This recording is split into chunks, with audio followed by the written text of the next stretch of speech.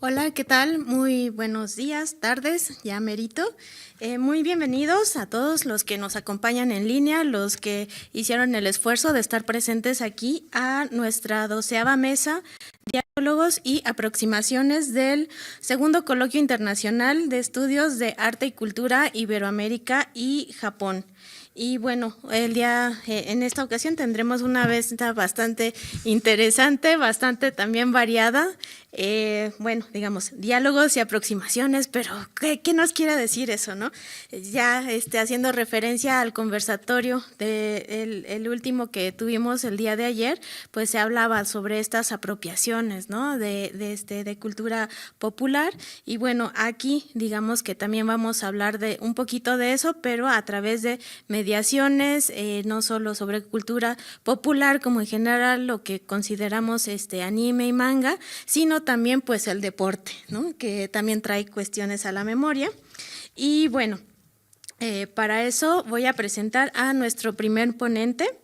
Él es Kenji Yamamoto Escobosa, es licenciado en Historia del Arte, graduado con honores en la UNAM, en la ENES Morelia, y actualmente cursa una especialidad en museografía en la Escuela Nacional de Conservación, Restauración y Museografía de Lina, en el posgrado de Estudios y Prácticas Museales.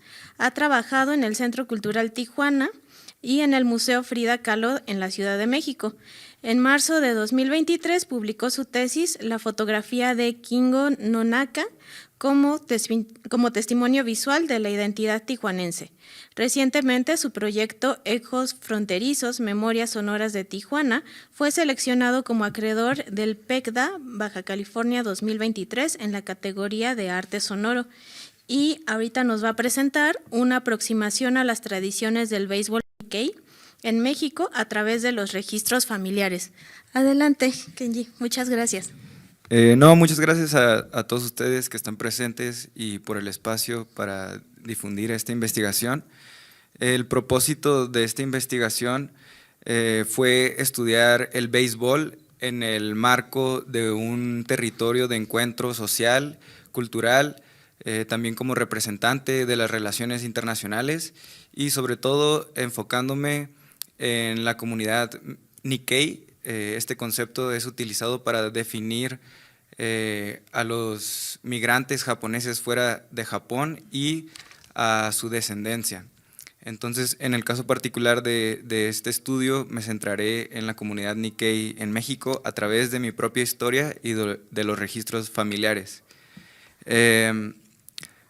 Bueno, como antecedente, en la primera versión de este coloquio presenté mi tesis de licenciatura sobre el fotógrafo Nikkei Kingo Nonaka, que fue migrante japonés en Tijuana, y no incorporé esta fotografía que estamos viendo ahora en pantalla en esa investigación, pero la incorporo en esta ponencia porque fue un detonante para esta investigación. Y en esta fotografía es posible observar dos equipos de béisbol, uno llamado el Molino Rojo y otro correspondiente a los soldados del 5º Batallón. Es una fotografía fechada en 1932, tomada por Kingo Nonaka en Tijuana. Entonces, lo que me pareció bastante interesante de esta fotografía es que, a pesar de que estos dos personajes no aparecen explícitamente en la fotografía, sí que están presentes en todo el contexto de producción de esta imagen, pues Nonaka fue el responsable de hacer esta fotografía, y por otro lado, este otro personaje Nikkei llamado Soya Sohara, de la comunidad en Tijuana, es considerado el primer promotor del béisbol en Tijuana. Este personaje, Soya Sohara, fue un personaje enigmático, un tanto turbio, pero importante para la historia de Tijuana, pues él migró de Japón a Estados Unidos, donde se formó como ciudadano norteamericano, y posteriormente migró a Tijuana en la coyuntura de un contexto en el que estaba la prohibición, la ley seca, la prohibición de la venta de alcohol en la frontera, y todo esto contexto político dio paso a una proliferación de ciertos negocios como lo fueron cantinas, hoteles, prostíbulos, cabaret, de los cuales el empresario Soya Sohara fue dueño de este tipo de negocios. Vaya, en la fotografía que vemos en el centro del enfrentamiento deportivo, el equipo Molino Rojo lleva ese nombre en alusión al nombre también del negocio de cabaret que tenía Soya Sohara. También Soya Sohara fue responsable de crear, inaugurar esta arena Tijuana, en la que se enfrentaron estos dos equipos de béisbol, ¿no? Entonces, a mí me pareció muy interesante partir de esta fotografía porque a pesar de que en Tijuana, que es un contexto fronterizo con Estados Unidos y que hay una influencia muy grande de esta cultura, a la hora de revisar el origen del béisbol, un deporte que generalmente es atribuido al origen norteamericano, en Tijuana se atribuye a estos personajes de la comunidad Nikkei, no solo que lo están promoviendo, sino también que lo están fotografiando, lo están registrando y lo están difundiendo de otra forma, ¿no? Entonces, esto me llevó a pensar en los orígenes del béisbol, tanto en México como en Japón, pero el béisbol en general, que no voy a adentrarme mucho en ese tema porque es muy extenso, pero sí la primera vez que encontramos el concepto béisbol impreso en una publicación es en 1744 en un libro infantil de origen británico, en un poema titulado Baseball. Y aquí en la imagen que vemos en la pantalla hay un grabado que ilustra este poema, y si bien la ilustración es bastante diferente de lo que hoy en día conocemos como béisbol, vaya, las bases son pilares, el uniforme es totalmente diferente a lo que hoy en día conocemos, no hay bates, no hay guantes. A pesar de todo ello, lo más probable es que el juego del béisbol haya evolucionado de una variedad de juegos infantiles europeos que llegaron a Estados Unidos en la conquista, y que, que es innegable que Estados Unidos aportó fue un agente bastante importante en el desarrollo del juego en cuanto a su profesionalización, en cuanto a la industria del espectáculo y sobre todo en cuanto a su expansión global. No obstante, no deja de ser interesante pues pensar en qué otros nodos o puntos centrales aunaron o aportaron a este desarrollo. Por ejemplo, en el caso de México, por lo general se atribuye que el béisbol llegó a través de la influencia norteamericana. Los registros más tempranos de los primeros juegos de béisbol se datan en 1877. Se disputa si fue en Sonora, en Tamaulipas o en Nuevo León, pero se atribuye generalmente a la influencia norteamericana. No obstante, es importante notar que, por ejemplo, en el sur del país, en Yucatán, en esta región, se atribuye la influencia cubana de parte de la familia Fernando Ursáiz a el desarrollo de este juego. Esto me pareció interesante de explorar porque, bueno, como ya lo comentaba, si bien Estados Unidos fue un agente determinante para la expansión de vectores hacia otras direcciones y que arraigaron en su cultura raíces profundas de este deporte y que desarrollaron este deporte en paralelo de lo que se fue desarrollando en Norteamérica, ¿no? En el caso de Japón, en el año de 1872 se registran 2 eventos que acercaron a Japón con el béisbol. Un evento fue la visita de un grupo de acróbatas japoneses llamado The Yedo Royal Japanese Troupe, que visitaron California para hacer un espectáculo y posteriormente fueron invitados a Baltimore a participar en en un juego de exhibición amistoso. Este fue el primer registro de japoneses jugando béisbol que encontré, y también en Japón el profesor Horace Wilson, quien fue un maestro de inglés en el Instituto Keisei, él introdujo el béisbol a la escuela en Japón. Estos dos sucesos fueron de alguna manera lo que marcó el origen del béisbol en Japón. Ya para 1934, el béisbol se había desarrollado en Japón y había alcanzado cierta popularidad, en la que equipos de universidad hacían giras en Estados Unidos para hacer juegos de exhibición, y un suceso importante fue en 1934 la visita de un equipo de superestrellas de béisbol norteamericano a Japón. Aquí en estas fotografías vemos a Babe Ruth en Japón, ¿no? Es importante notar que estos enfrentamientos se dan en un contexto muy cercano a los conflictos de la Guerra del Pacífico, y que este tipo de enfrentamientos tenía cierta carga simbólica de las tensiones políticas que había en ese entonces, ¿no?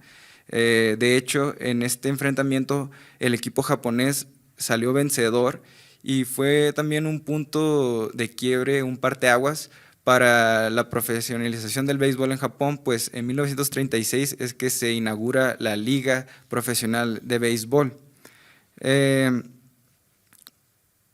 Todos estos conflictos que están alrededor de este suceso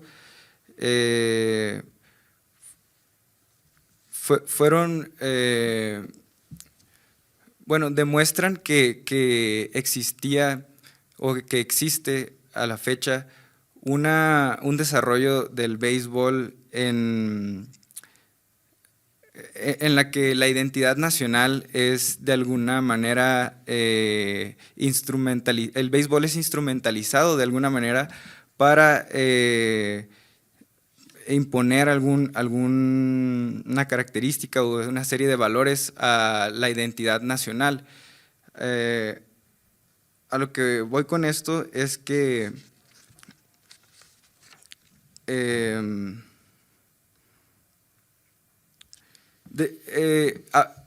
lo que quisiera visibilizar es que, si bien se podría entender como un proceso de asimilación, ¿no?, el empezar a jugar béisbol de parte de Japón, lo cierto es de que en esa asimilación hubo una resignificación de estos valores y de alguna manera un desarrollo paralelo de Estados Unidos que ya se separa de un proyecto nacionalista estadounidense y que tiene sus propios valores nacionalistas, ¿no? Es a partir de estos enfrentamientos que también se hacen visibles los problemas a partir de la Guerra del Pacífico y de las consecuencias del bombardeo en Pearl Harbor. Por ejemplo, vemos que en este memorial de una escuela primaria en Hiroshima fue donado por veteranos de guerra que prometen no más guerra entre Japón y Estados Unidos, y tiene el propósito de profundizar la amistad entre las naciones, ¿no?, con la frase de béisbol en vez de balas. Vemos entonces cómo a través del deporte simbólicamente están en tensión estas naciones, las ideas de guerra y de paz.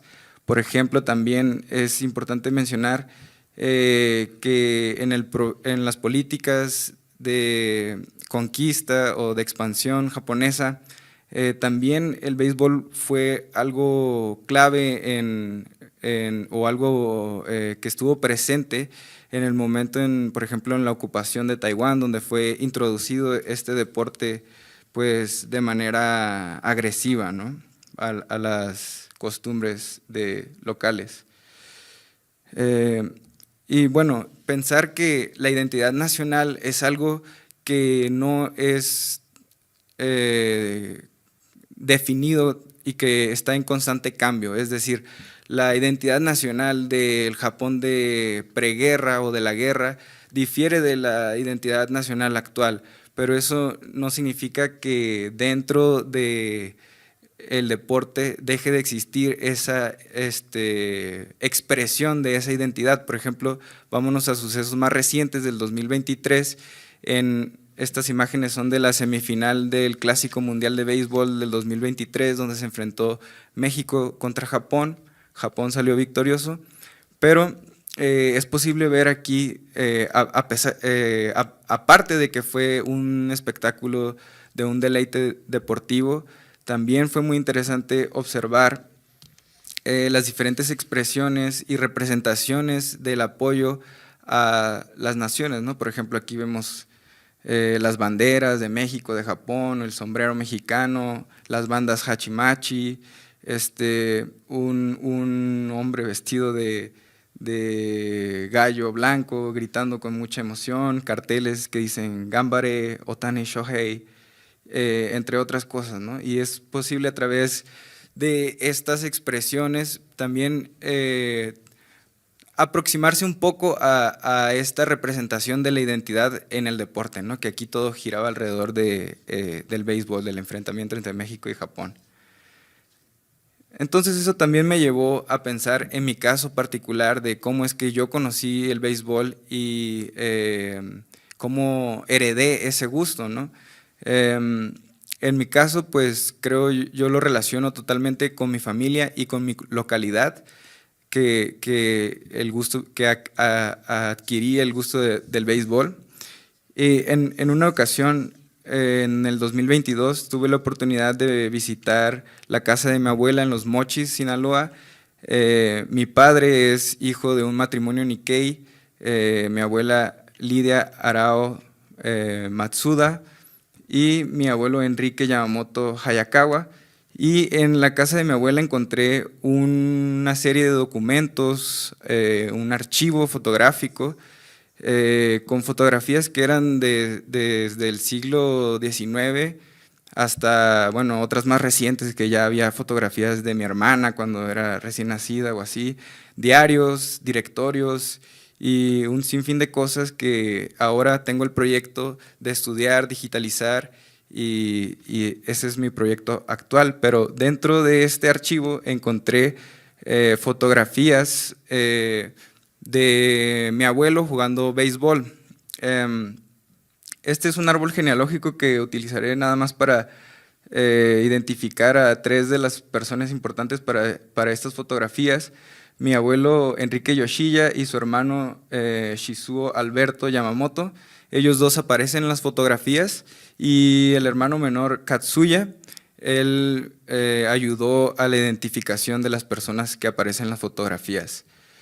Entonces, parte de lo que encontré fueron estas credenciales que me ayudaron a fechar las fotografías o ubicar en el tiempo las fotografías y que dan evidencia de que mi abuelo participó en una liga de béisbol amateur en Guadalajara. Hay que recordar que durante el conflicto, después del bombardeo en Pearl Harbor, las comunidades migrantes japonesas en México fueron reubicadas, fueron movilizadas de la frontera con Estados Unidos.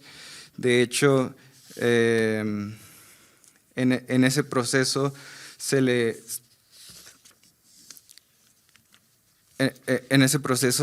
restringieron diferentes actividades como la movilidad, se anularon cartas de naturalización, se clausuraron centros de reunión, se congelaron bienes, se limitaron sus transacciones y fue en este contexto en el que surgió este club de béisbol, ¿no? Que es la fotografía que ahora presento.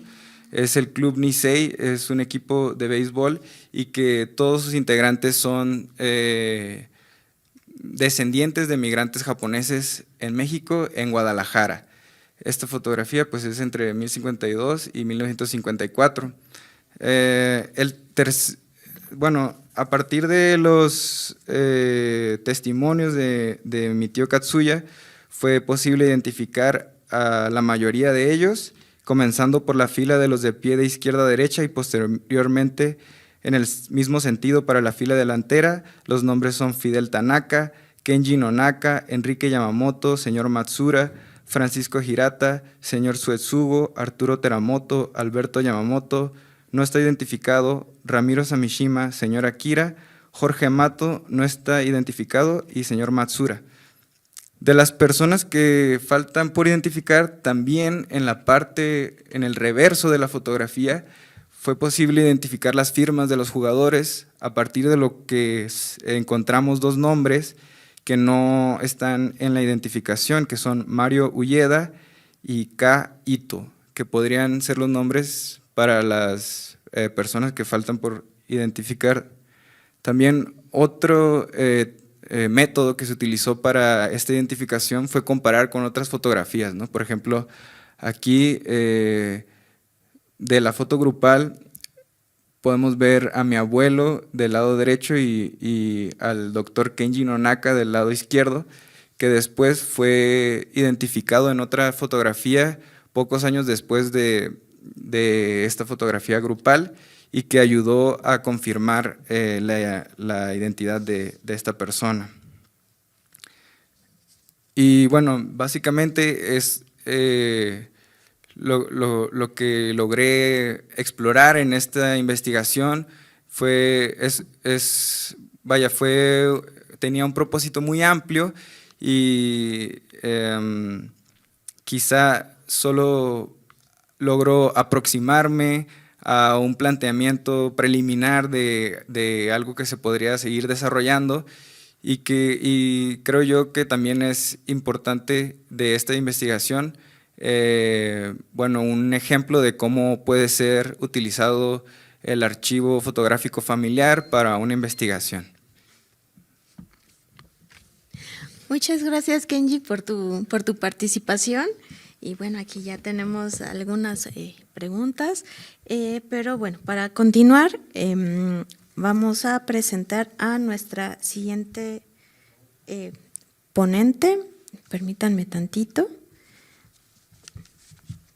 Ella es María Camila Neira. Es magíster en Relaciones Internacionales por la Ritsumeikan University de Kioto. Recibió el reconocimiento Excellent Master Thesis Award por su disertación sobre las imágenes mediáticas de cultura popular y que circulan en redes sociales de la bisexualidad femenina en Japón y cómo se negocian visualmente las autorrepresentaciones de mujeres japonesas LGBT creadoras de contenido, particularmente en YouTube. Se graduó de Lenguajes y Estudios Socioculturales y Literatura de la Universidad de los Andes. Es miembro del Semillero de Estudios sobre Japón de la Universidad de los Andes, Colombia, y editora de la revista Kobai, publicación de acceso abierto cuyo propósito es fomentar el aprendizaje y la reflexión acerca de Japón desde la heterogeneidad de diversos campos del conocimiento para, de esta manera, estrechar los lazos entre Japón y Colombia. Y ella nos va a presentar... Espérenme tantito. Encuentros del shoujo, yuri y pinkwashing, imágenes de la cultura popular japonesa en las autorrepresentaciones de creadoras de contenido LGBTQ+ japonesas. Y adelante, Camila, muchas gracias. Muchas gracias, Laura. Muchas gracias, Kenji, también por tu presentación. Bueno, como ya les comentó un poco Laura, esta presentación es un poco un resumen de algunos de los resultados que obtuve de mi investigación del máster y decidí para el día de hoy escoger un solo de los canales que analicé y les voy a contar un poco específicamente cuál fue como mi proceso para llegar hasta acá, antes de entrar en materia, porque me parece importante pensar cómo es este tipo de resultados de dónde salen específicamente. Cuando me embarqué en mi máster, yo quería analizar cómo se ve la bisexualidad en Japón, especialmente la bisexualidad femenina. Y este tema en particular, además de ser muy poco representado en términos académicos, también tiene muchos problemas a la hora de presentarse en los medios de comunicación, problemas en el sentido de cómo definimos que una mujer es o no es, o cómo se ve, y qué implicaciones tiene que se vea o no se vea bisexual para la forma en la que se le representa y la forma en la que se entiende esa imagen de ser mujer. Además que Japón es un contexto muy interesante para este tipo de discusiones, porque Japón tiene una tradición de contenidos no heterosexuales muy, muy amplia, pero para ser un país del G10 en el que hay muchas protecciones sociales a diferentes comunidades, por ejemplo, comunidades indígenas, todavía no hay establecidas leyes nacionales para la protección, por ejemplo, del matrimonio igualitario, de la igualdad de género. Entonces se encuentra, digamos, el mundo de la cultura popular y las celebridades con esta realidad muy tangible de que todavía falta protección legislativa para las personas LGBT. Entonces tenemos una abundancia de representaciones y de pronto una falta en la vida cotidiana de las personas de acercarse a esta comunidad. También, si uno revisa estadísticas, la comunidad LGBT en Japón es considerablemente grande, aproximadamente el 4% en una encuesta que se realizó en 2018, es probable que sea más en este momento, y también coexisten un poco con estas ideas del yuri, del shoujo, del yaoi, coexisten textos que están diseñados por las alcaldías o por, digamos, la oficialidad para presentarle a la comunidad japonesa general qué es la comunidad LGBT. ¿Y por qué digo presentar? Porque son, digamos, definiciones de diccionario. Por ejemplo, la L es lesbianas, gays, bisexuales, y son materiales que se publican en las alcaldías o en los centros comunitarios y buscan que las personas del común, digámoslo de alguna manera, se familiaricen con la comunidad, partiendo de la base un poco que no están familiarizados en su vida cotidiana con ninguna persona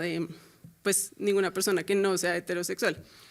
Entonces, en mi búsqueda de qué tipo de imágenes se consumen de la bisexualidad femenina, encontré que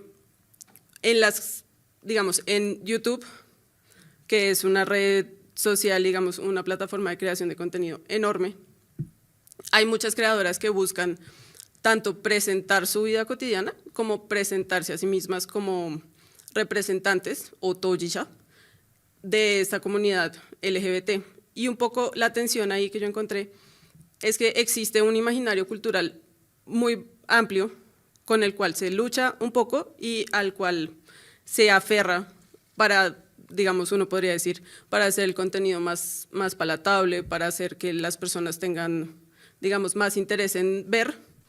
Y lo que yo quisiera de pronto discutir un poco después es qué pasa con estas imágenes cuando una persona decide escoger representarse similar a cómo se ha representado la comunidad a través de la cultura popular, y qué pasa cuando no.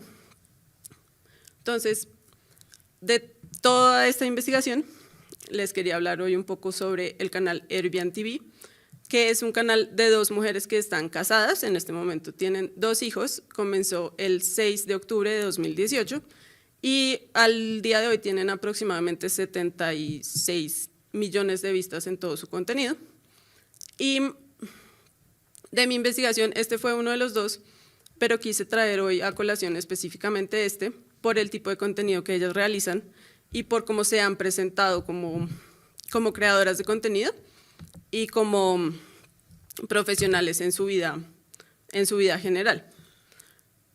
También en el contenido de este canal hay un poco unos diálogos y tensiones entre las imágenes y representaciones populares de mujeres no heterosexuales en Japón, como celebridades, como personajes muy famosos del shoujo, del yuri. Y quisiera de pronto un poco discutir, si es posible, cuáles son los puntos de contacto o cuáles serían las apropiaciones que existen. Entonces, les presento brevemente el canal. Se llama Erbian TV, o Lesbian TV, podríamos decir. Y el nombre es interesante porque en japonés existe una forma de denominar una persona homosexual, que sería dose aisha, pero se escoge hacerlo en katakana un poco considero yo, para anudarse a una tradición específica que entiende la sexualidad desde un punto diferente a cómo se entiende cuando se usan los términos con kanji. Las dos personas que vemos aquí en pantalla son Dayan, que es pansexual, y Yu, que es lesbiana, y su canal básicamente es la documentación de su vida cotidiana en muchos aspectos generales. Además, ellas dos son conocidas porque tienen una compañía inmobiliaria, la cual se dedica a buscar lugares para compra y para arriendo para personas LGBT, porque se encontró una necesidad en algunos casos, de determinar, por ejemplo, si la persona con la que se está en cohabitación está o no está en una relación, por cuestiones legales que podrían, digamos, influir en encontrar o no encontrar un lugar que pueda aceptar, por ejemplo, a dos mujeres o dos hombres. Y ellas, por todo este trabajo que han realizado, han aparecido en Forbes, en New Tokyo, digamos, en diferentes publicaciones de medios masivos de comunicación.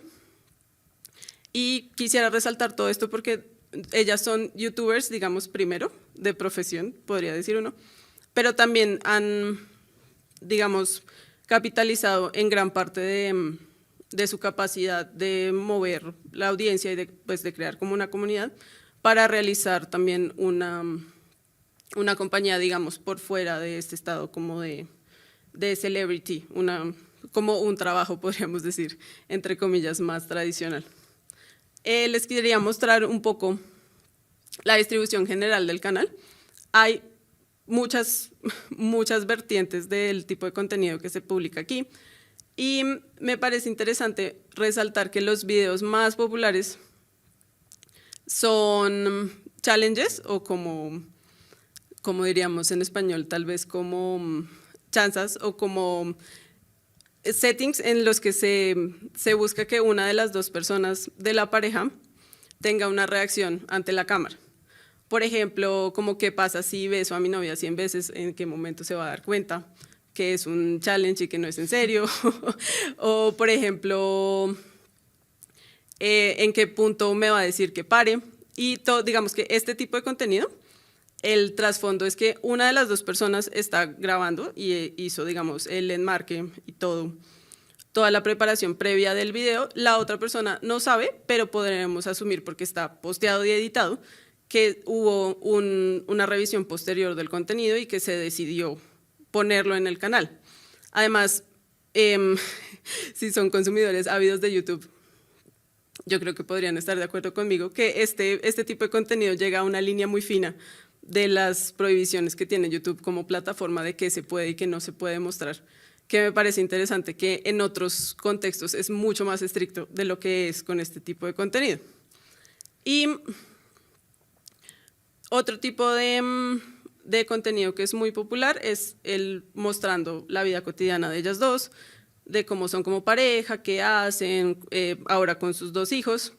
Y este es un contenido un poco más, digamos, más amigable, más amigable en sentido de que no es tan hacia el lado de la sexualidad y del romance entre ellas, y más amigable podría pensar uno, entre comillas, digamos, con el público general, incluyendo también niños, porque digamos, si ven en la lista de videos hacia el medio, hay unas miniaturas de video que avisan como más 18, por favor, tener cuidado con este contenido, verlo con audífonos, este tipo de cosas. Y quisiera mostrarles con esto que en este canal coexisten muchas cosas, muchos tipos de representaciones, y pensando en esto, también hay muchas interacciones con diferentes aristas de la cultura popular.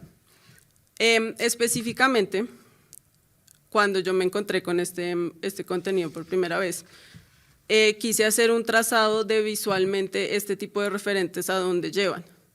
Y una de mis conclusiones fue que llevan tanto al shoujo, a esta idea del manga y el anime especializado para niñas, y el yuri, que es, podríamos decir, una subvertiente del shoujo, donde se destaca la relación, digamos, homoerótica o homorromántica entre dos personajes femeninos. Aquí puse algunos ejemplos muy conocidos y de todo este imaginario cultural, digamos, también está por un lado este lado de la cultura popular y está por este otro lado, podríamos decir como el lado que no son personajes de ficción, sino son personas como celebridades. Entonces tendríamos, por ejemplo, en el intermedio, el teatro Takarazuka, tendríamos, por ejemplo, idols, patinadoras, y este encuentro con ideas un poco más oficiales, más que buscan un poco generar activismo en pro de la comunidad LGBT en Japón. Y digamos, de todo este barrido visual y cultural, quisiera resaltar 3 tipos de arquetipos que encontré que, digamos, hacen referencia a cómo se construye este contenido, que serían Bishoujo o mujer hermosa, y Ikemen Joshi, que podríamos decir también mujer hermosa, un poco más hacia lo masculino, y Tojisha como representante. Estos 3 me parecen interesantes, sobre todo en la relación en que se genera entre ambos, porque digamos, no sé si ven el cursor, en una relación como la de Haruka y Michiru de Sailor Moon, hay un personaje femenino que tiende más hacia lo masculino y un personaje que tiende más hacia lo femenino, que podríamos decir que es un encuentro entre ser una mujer bishoujo, una mujer hermosa, y una Ikemen Joshi, una mujer, digamos, más guapa, por decirlo de alguna manera, más hacia lo masculino. Y esta idea del Tojisha, o del representante, la traigo de una rama de la Academia sobre Asuntos LGBT en Japón, que lo que propone es que cuando se elige digamos, en un contexto cultural más amplio, afuera de una obra específica, de designar a una persona para que represente a la comunidad, se le escoge un poco como un token, como la definición general de cómo se debería presentar la comunidad, cómo se ven y cuáles son las características a las que se le podrían atribuir para diferentes propósitos, para, digamos, encontrar personas de la misma comunidad, para hacer legislación incluso. Y es una idea interesante porque considero que en muchos de los contenidos de este canal se escoge tomar esta posición de representante, de decir, un poco nosotras dos somos voceras de las relaciones homosexuales entre mujeres en Japón y queremos, por ejemplo, guiar a nuestra comunidad haciendo, por ejemplo, preguntas y respuestas, teniendo como un input de sus seguidores para darles un poco una luz hacia cómo es la vida de unas personas que han logrado, digamos, a pesar de algunas adversidades, tener una relación muy equiparable con una relación que podría tener una pareja heterosexual.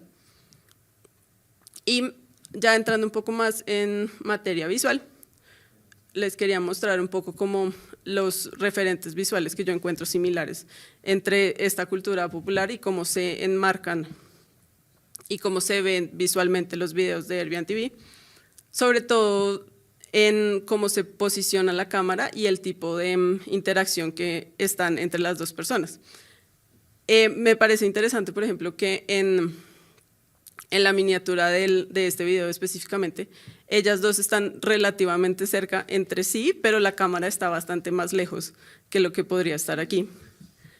Y de pronto, digamos que todo este tipo de análisis no es tan fácil de corroborar sin hablar con los creadores, digamos, directamente, pero uno podría pensar que puede ser una cuestión de censura, puede ser una cuestión de cómo se está distribuido el espacio desde el que se grabó, o puede ser incluso que genere un ambiente mucho más, digamos, más natural y menos invasivo en la forma en la que está grabado. Este tipo de videos, por un lado, son más de la lista de los videos populares que tiene este canal, y este tipo de videos son más, digamos, más del lado de ser voceras y representantes que tienen muchas menos vistas que el resto del contenido del canal. Entonces, por ejemplo, en este video específico están ellas dos respondiendo preguntas que les ha enviado la audiencia previamente y el manejo de la cámara es mucho más cercano, están las dos al mismo plano, un poco estilo entrevista y refleja un poco un ambiente un poco más serio, podríamos decir, más oficial sobre ellas como podría ser autoridades en el tema que las personas les están comentando. Entonces, un poco pensando en cuáles serían las interacciones entre estas imágenes de cultura popular y las imágenes creadas en redes sociales, me parece importante pensar en la representación contra la autorrepresentación. La representación pensada en cómo se codifica un mensaje visual creado dentro de un sistema lingüístico y simbólico, y la autorrepresentación como una práctica consciente, mediada y creada para ser encontrada en redes sociales que posteriormente se convierte en un texto con una interacción subsecuente con su audiencia. Esto me parece relevante porque en el caso de YouTube y de cualquier red social, las personas tienen la posibilidad de escoger cómo se van a presentar dentro de unos parámetros específicos, tanto técnicos como, digamos, legales de lo que permite o no la plataforma, y la barrera de entrada es mucho más baja que la de una red de comunicación normal. Se necesitan menos, digamos, menos aprobaciones, se necesita un equipo mucho menos lujoso, y aún así el ambiente en el que se producen estas imágenes no está excluido de las interacciones con los imaginarios generales de la cultura y de los medios visuales. Y digamos un poco ya para finalizar, considero también que en este tipo de relaciones de cómo se presenta la sexualidad en Japón, podríamos tener desde una perspectiva, digamos, por fuera latinoamericana, un poco más influenciada por la tradición judeocristiana, por la occidentalidad, digamos, en general, es pensar la idea de si la sexualidad se entiende o no como parte de la identidad de la persona. Porque en este caso, digamos, en todo el estudio académico que hay sobre sexualidad y comunidad LGBT en Japón, se hace énfasis en que en algunos puntos del arte y de la sociedad no se entiende la sexualidad como parte integral de lo que es la persona, sino es una expresión o un tipo de comportamiento que tiene frente a una situación y no es impermanente. En cambio, digamos, en una tradición mucho más occidental, podríamos pensar que es parte integral de lo que es la persona y que es un poco más permanente, un poco más, digamos, ligado con lo que se es y cómo se comporta.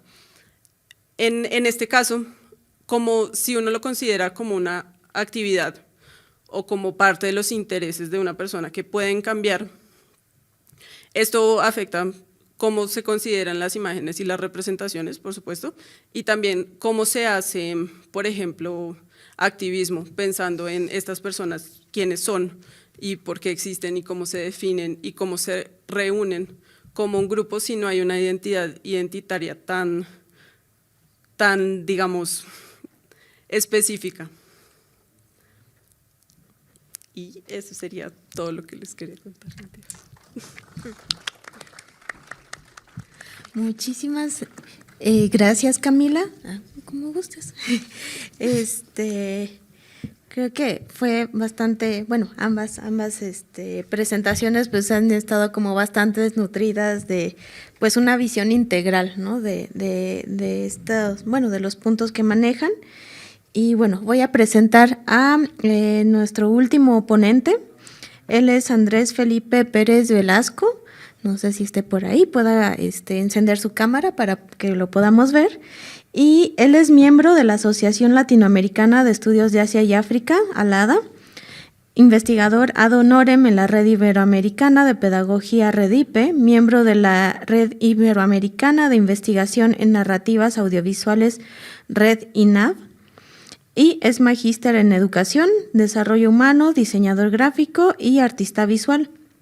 Asesor de tesis y seminarista en la Maestría de Educación, Desarrollo Humano, ha trabajado en proyectos gubernamentales de educación artística y estética y ha desarrollado artículos de investigación sobre educación en relación con categorías como anime, filosofía de la tecnología, socialización digital, ciudadanía digital, alfabetización digital, alfabetización transmedia y currículo informal. Ha participado en ponencias y conferencias en algunas universidades. Y él en esta ocasión nos va a presentar diálogos sobre la representación tecnológica en el anime como representación de la cultura popular japonesa. Adelante, Andrés. Muy buenas tardes a todos y a todas. Espero que estén muy bien. Un saludo y un abrazo de aquí de Cali, Colombia. Les procedo a compartir por aquí y un saludo en especial a Laura y a Madis, que los he conocido un poquitico a través del proceso. Bueno, me comentan si pueden observar la diapositiva. Sí, sí se ve. Gracias. Vale, gracias, Laura. Bueno, para no extenderme y respetar los tiempos de la ponencia, haré como se hace normalmente en los coloquios de filosofía y trataré de leer lo que tenemos aquí en la diapositiva, con vista de ese objetivo. Bueno, les tengo dos imágenes de dos tiempos bastante distanciados, ¿no? Entendiendo estas dinámicas culturales de esta cuarta globalización, como la llaman por ahí algunos autores. Tenemos a mano derecha, tenemos una representación de lo que se entendía como tecnología en Japón en 1998, con una serie que muchos lo habrán visto por acá, con Vivo. Y pues vemos a uno de los personajes principales rodeado de esas tecnologías futuristas, digitales, ¿no? Esas gafas de realidad virtual, ¿no? De esos tiempos, ¿no? Esa representación. Y a mano izquierda tenemos esa percepción y esa representación de la tecnología ya en Occidente en el año 2023, ¿no? Una imagen muy actual que nos representa lo que en el tiempo actual comprendemos como tecnología, ¿no? No, es que esto es la tecnología. Entonces tenemos al personaje principal de esa imagen, ahí abajo está citado el autor o la autora, y tenemos que trabaja con pantallas digitales, táctil, la pantalla normal del computador, y vemos que está muy rodeada por esa tecnología, esa representación de la tecnología como elemento central, ¿no? Elemento narrativo primordial de lo que entendemos como tecnología, y tenemos incluso las gafas de realidad virtual que son las que ya tienen en la mano. Entonces, si observamos, pasamos de 1998 Japón al siglo XXI, el 2023, probablemente aquí en América, ¿no? Entonces vamos observando cómo se va migrando esas representaciones de lo que viene siendo la tecnología, ¿no? La tecnología de punta. Y por aquí muy rapidito les comparto una diapositiva que trata de ese yo representa a cada uno de ustedes, los que están allá, y mi persona en este caso también, en la cual pues tratamos de reflexionar un poquito sobre esas representaciones, ¿no? Que se dan aquí en esta mesa, que hemos dialogado, como el béisbol y las representaciones LGTBIQ en Japón. Y en este caso sobre lo que entendemos como la tecnología, ¿no? Ahí veremos un poquito de eso. Entonces tenemos aquí los estudios culturales de Japón, tenemos el anime como también parte de esa lupa, la cultura popular japonesa, y hablaremos un poquito sobre la urbanidad y la política pública, y por supuesto como uno de los ejes transversales también la tecnología. La animación desde la perspectiva de gran idiópico y Álvarez posibilita la representación artística, es decir, se puede visualizar la animación japonesa, es decir, el anime, como un vehículo artístico. Por otro lado, según Sugimoto, un sociólogo japonés que ustedes seguramente conocen, el anime japonés es parte de los bienes culturales, es decir, es parte de la producción material e inmaterial de la cultura popular japonesa. Es decir, desde el anime se realizan representaciones de distintos aspectos de la cultura japonesa. Desde los estudios culturales de Japón, para comprender la representación impuesta a Oriente, Según Edward Said, que seguramente lo conocerá muy bien, el orientalismo es una de las formas, es una forma de conocimiento basada en la dominación colonial y su correspondiente sentido de supremacía de Occidente hacia Oriente, lo que entendemos como Oriente. Yo trato de recuperar un poquito estos aspectos como más básicos, porque seguramente tendremos algunos estudiantes de pregrado o alguna persona que se vea interesada por los tópicos que estamos trabajando en la mesa. Es por eso recupero un poquitico estos aspectos que son fundamentales para comprender lo que nos viene a traer acá, ¿no? El asunto de la representación, ¿no? Es decir, esa imagen real que termina siendo editada de alguna manera, por decirlo de manera metafórica. Bajo este dominio cultural de la representación de Oriente de Occidente, el tecnoorientalismo, según Lozano, en dos de sus obras, se configura como una representación de la sociedad y cultura japonesa, siendo una expansión actualizada del orientalismo clásico que ya mencionamos, ¿no? Ahora situada específicamente sobre Japón. Esto porta nuevas connotaciones, en este caso negativas, el cual posee el objetivo de frenar el desarrollo económico y competitividad en el mundo industrial de Japón, ante los ojos, en este caso, de Occidente, porque ese tecnoorientalismo emana de Occidente, especialmente de ciertos sectores, ciertos países especialmente, y pues con esta representación de este tecnoorientalismo sobre Japón se busca justamente frenar ese desarrollo económico y industrial de Japón. En este caso, desde el segundo, finales del segundo tercio del siglo XX, años 60, 70 en especial, representados en este país como país. A raíz de este tecnoorientalismo, como ya dijimos, emanado desde este occidente, especialmente de ciertos países, se busca representar a este país como un país tecnofetichista, ¿no? Una palabra que tiene alto carga semántica, lugar excéntrico, de consumo descabellado, incluso minimizando los aportes de la tecnología nipona, llegando incluso a la ridiculización. El tecnoorientalismo en este caso, según Lozano, también ahonda sus raíces epistémicas en el discurso esencialista, nacionalista, que por ahí había el primer ponente nos reportaba esta representaciones nacionalistas, justamente en la época del Taisho, en el periodo Taisho, y reduccionistas, justamente de ese Nihon Jinron. En este caso, el primer ponente nos lo manifestaba sobre el béisbol, ¿no? Como elemento nacionalista, ¿no? Instrumentalizado por el gobierno de esta época.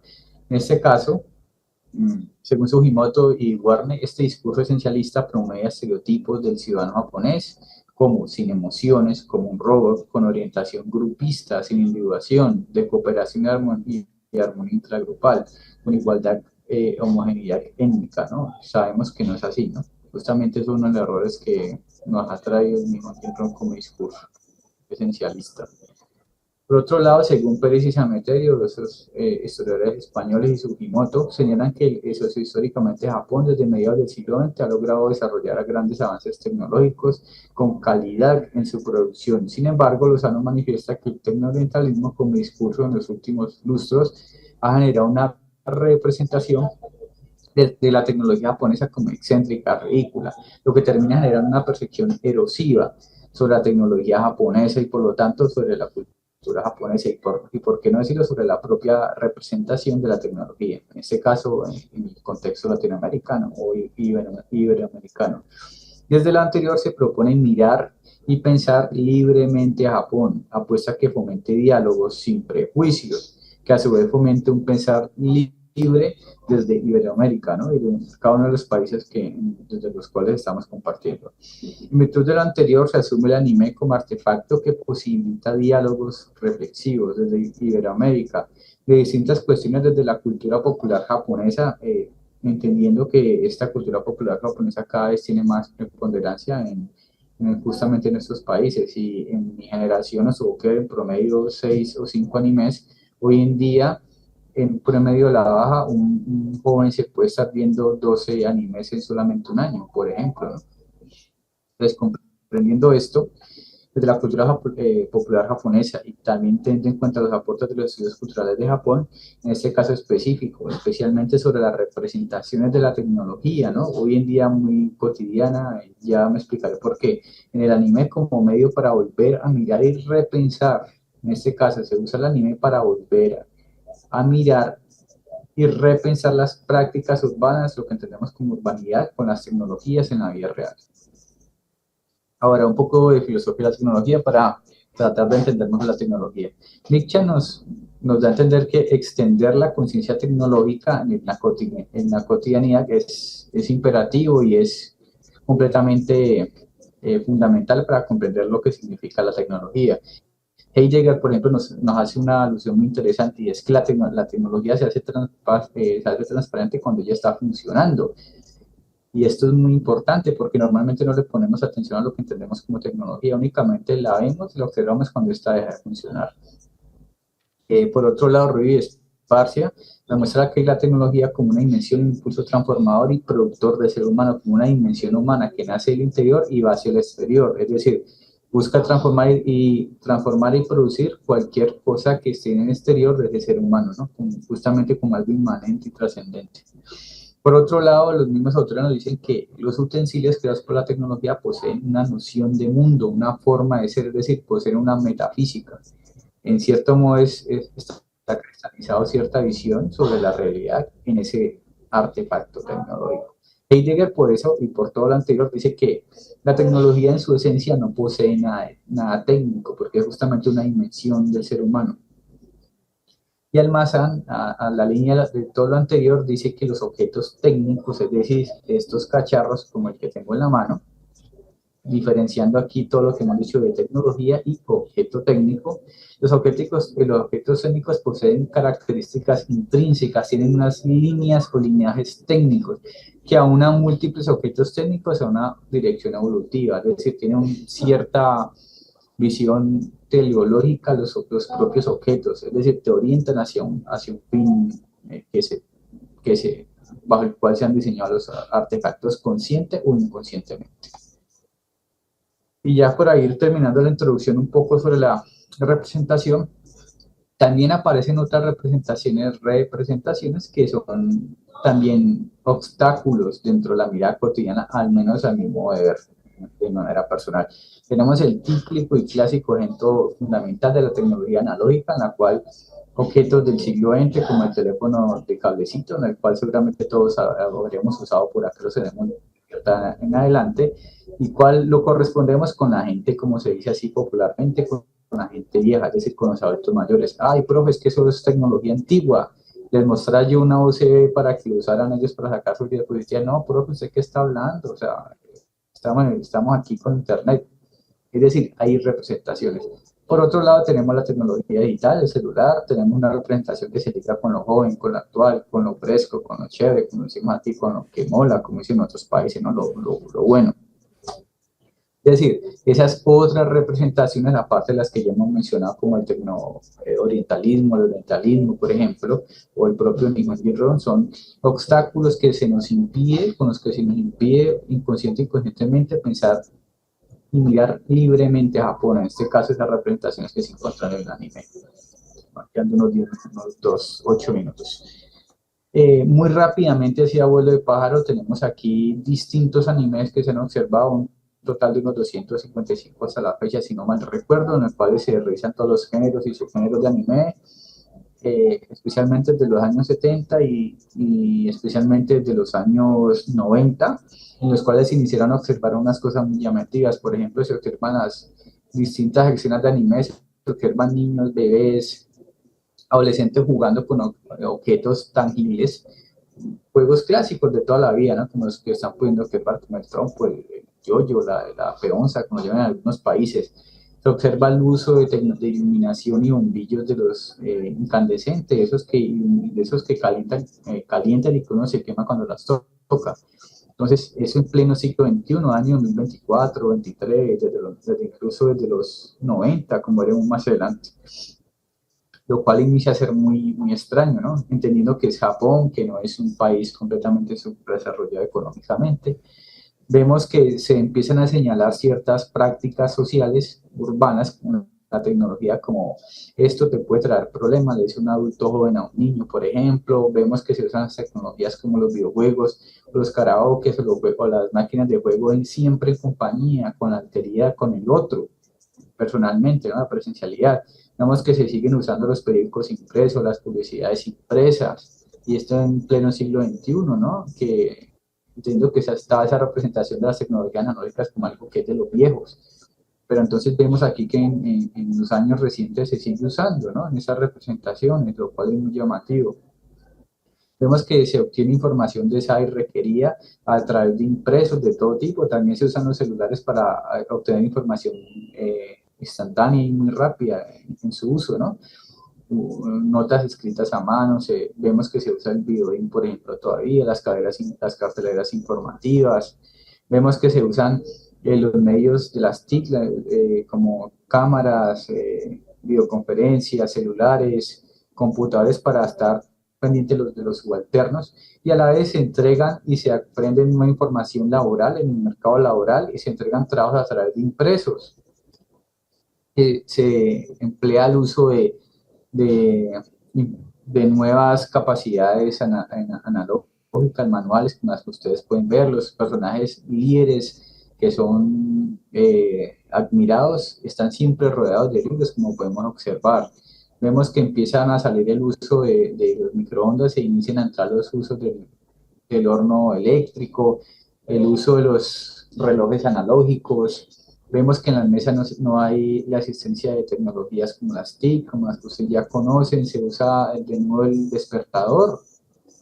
Los televisores siempre están apagados, se usan los teléfonos fijos, es muy llamativo, se usa la opción del mensaje a voz, la mensajería de texto siempre se hace de manera muy corta, se usa de nuevo las cámaras fotográficas, cámaras de video, los álbumes impresos con fotos impresas o con los marcos, y se hace cierta reflexión sobre el uso de las redes sociales, los blogs, etcétera, ¿no?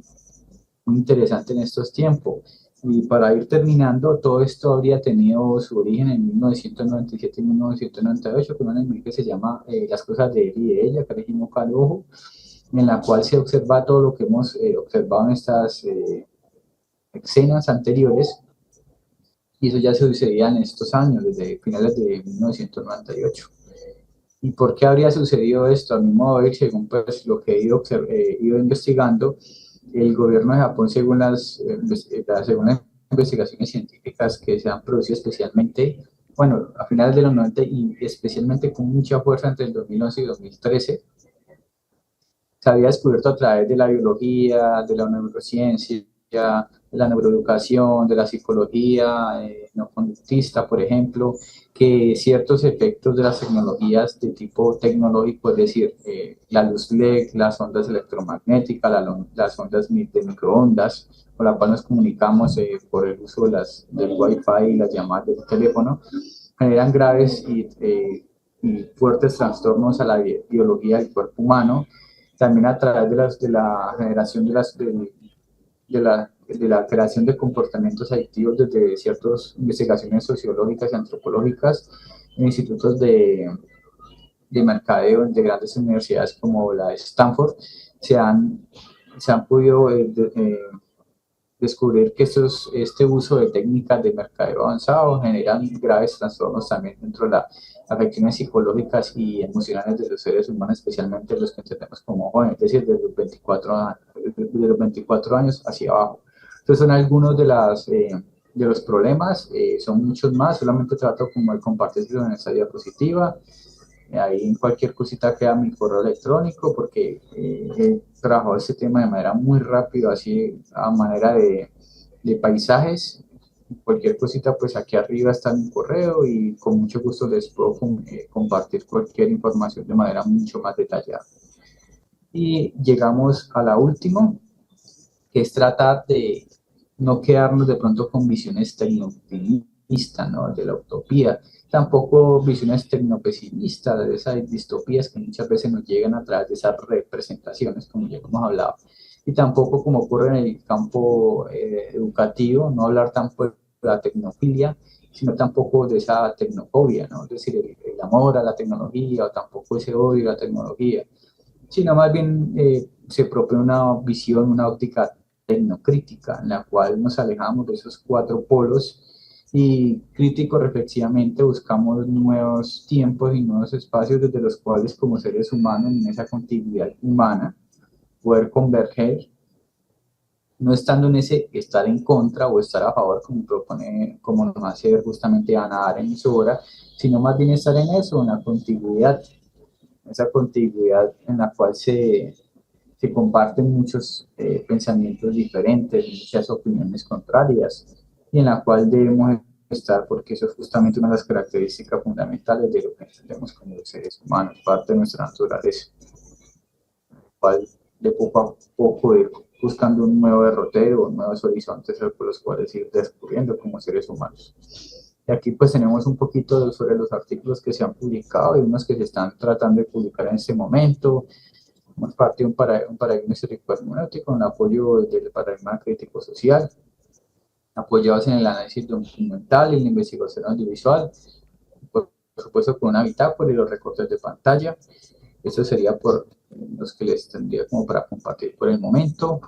Como pudimos observar, tenemos un fuerte llamado, al menos desde mi punto de atención, a recuperar esas representaciones que no solamente están sobre Japón, como pudimos observar, sino que también están dentro de los pueblos latinoamericanos, por ejemplo, ¿no? Cómo es que nos hemos quedado con esa imagen tan errada de entender que lo analógico es algo que está atado al pasado y de pronto la tecnología digital, que ya sabemos que son objetos técnicos, más bien está más atado a lo reciente, a lo actual, a lo óptimo. Entonces son distintas representaciones que debemos tener pues en la mira, estar pendiente de ellas de manera reflexiva. Muchísimas gracias por el espacio y el tiempo que nos tienen aquí en el coloquio. Un abrazo desde aquí de Cali. Muchas gracias, Andrés. No sé más, creo que tenemos un poco de tiempo para preguntas. Sí, ¿hasta qué hora tendríamos, Amadís? Me parece que 1:10. Sí. Bueno, entonces abro el espacio para las preguntas, digamos como detonador. Básicamente la mesa trató sobre estas mediaciones, instrumentos de creación de imágenes y de imaginarios, tanto para recordar o rememorar, como nos presentó ya Kenji, representar y también imaginar, ¿no? Imaginar tanto el presente como el futuro. Y bueno, cómo han entrado estas tensiones, ¿no? Entre lo que, digamos, como discursos hegemónicos en cuanto a identidad de pertenencia, identidad nacional, en el caso de Kenji, identidad, digamos, sexogenérica en el caso de Camila, y bueno, pues no es precisamente identidades, pero alrededor de esta creación de ecosistemas tecnológicos y mediáticos en el caso de Andrés. Entonces, bueno, ¿alguien gusta hacer alguna pregunta a la mesa?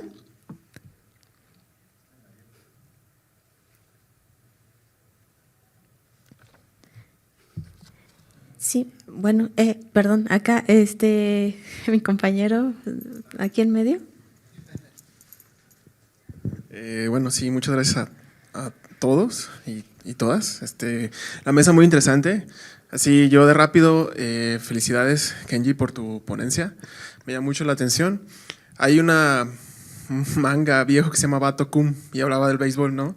Entonces yo quería preguntarte, porque hace muchos años que lo leí, ¿no? Y que leí algo, sobre esta cuestión del béisbol en los 40s como una suerte de tecnología americanizante, para no decir colonial, ¿no? En Japón.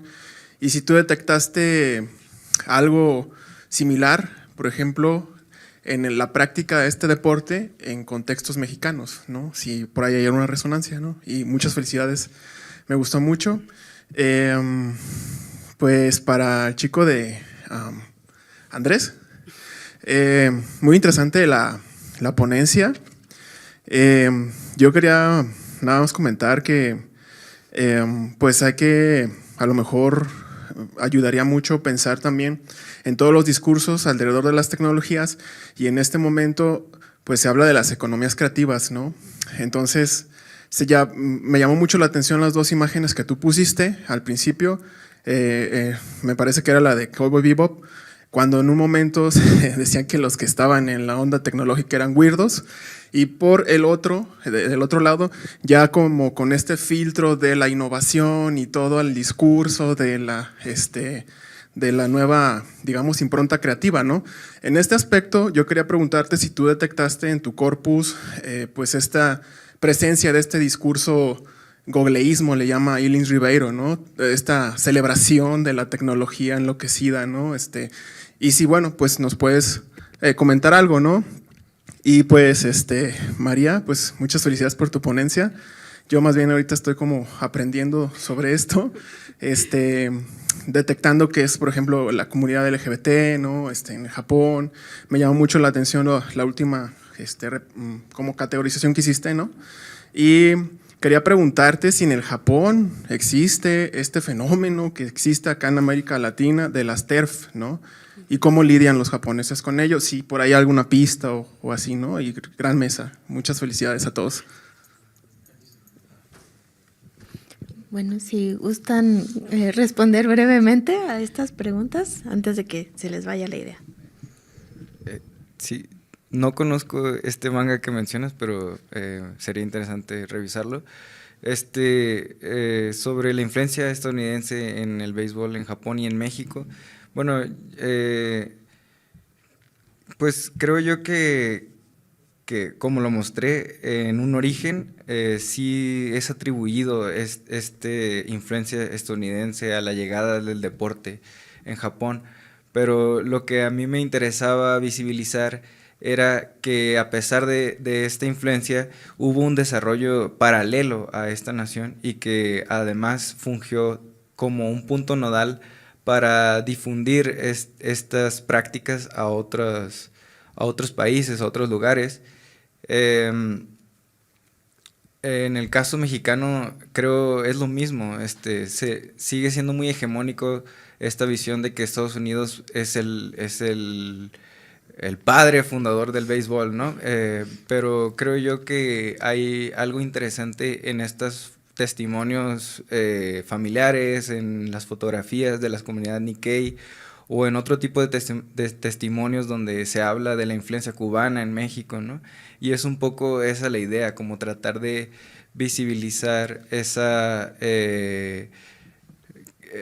influencia bidireccional, ¿no? O de varias direcciones. No es una sola dirección en la que se desarrolla el juego, sino que ha sido también a partir de la recepción en cada país que se ha desarrollado a un nivel global el deporte. Y bueno, hay bibliografía ya todavía más especializada, un artículo llamado, una tesis doctoral que se llama The Making of Japan's National Game, de Blair Williams, que habla de, ella utiliza un concepto llamado la invención de una tradición, en el que esta tradición que es el béisbol es una tradición moderna, se quiere insertar dentro de el discurso de la identidad nacional, pero es necesario como una autoridad que permita esto, que dicte que esta práctica se lleve a cabo repetidas veces, que es lo que consolida una tradición, y esta autoridad pues tiene un discurso muy claro de cuál es el objetivo detrás de inventar esta tradición, ¿no? En este caso pues el contexto era en el periodo Meiji, que había justo esta transición hacia la modernización o la occidentalización, como ya se dijo antes, ¿no? Entonces es un poco, es el panorama. No sé si Camila o Andrés quieran responder.